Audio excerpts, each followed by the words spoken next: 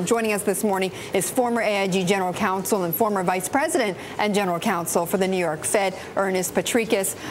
Ernie, thank you so much for joining us. And what better person to talk to about this than you? Okay, so your reaction on this plan? I think good news. I think Ben Moshe has set up a plan for AIG of what the company's going to look like when this is all over.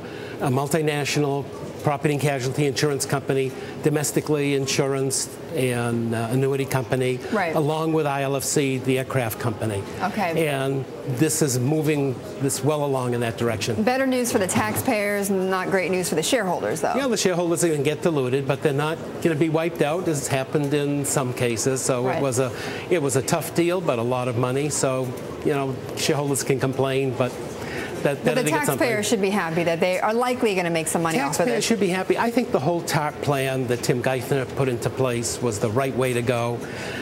All of the larger organizations, it gave confidence, helped to get the system going. Smaller banks have problems. Today, this huge amount, 800 and some odd smaller banks that are going to fail, not the larger ones. Right. They always fail in every recession. Right. We have.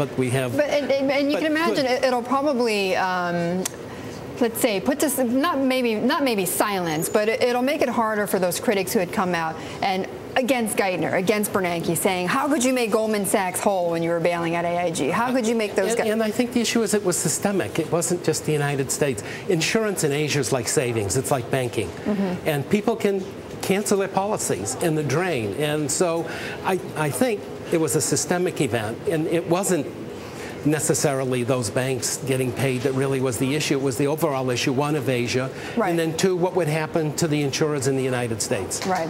Okay, so the big question then for Treasury as they implement this plan, what's their biggest worry?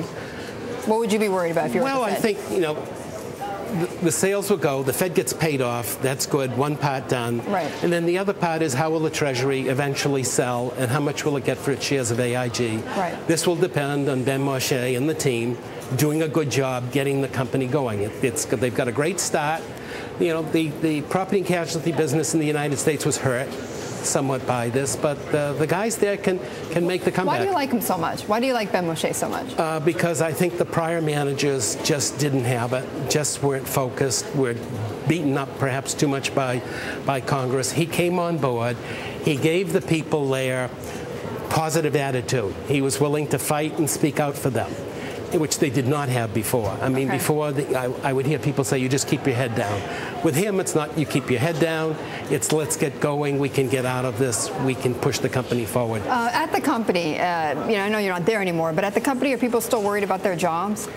I don't hear people worry about jobs. I think the issue is, over the longer term, how successful will the company be? That's going to be the issue. But those who are staying are staying. They've lost a lot. I've said it before. I think the pay-czar was horrible. The idea of the pay-czar was horrible in terms of the limits he imposed, because good people leave and they couldn't hire good people. Okay. So you're somewhat crippled. And Ben Moshe had to work within that. And he's kept a lot of good people. And you left AIG because? I left beforehand. I just found the company dead in the water. After we did our settlements with, I call them the Gestapo, I departed because I just didn't see the dynamism that was there under Hank. When working with Hank was just very exciting. It's always going forward, pushing.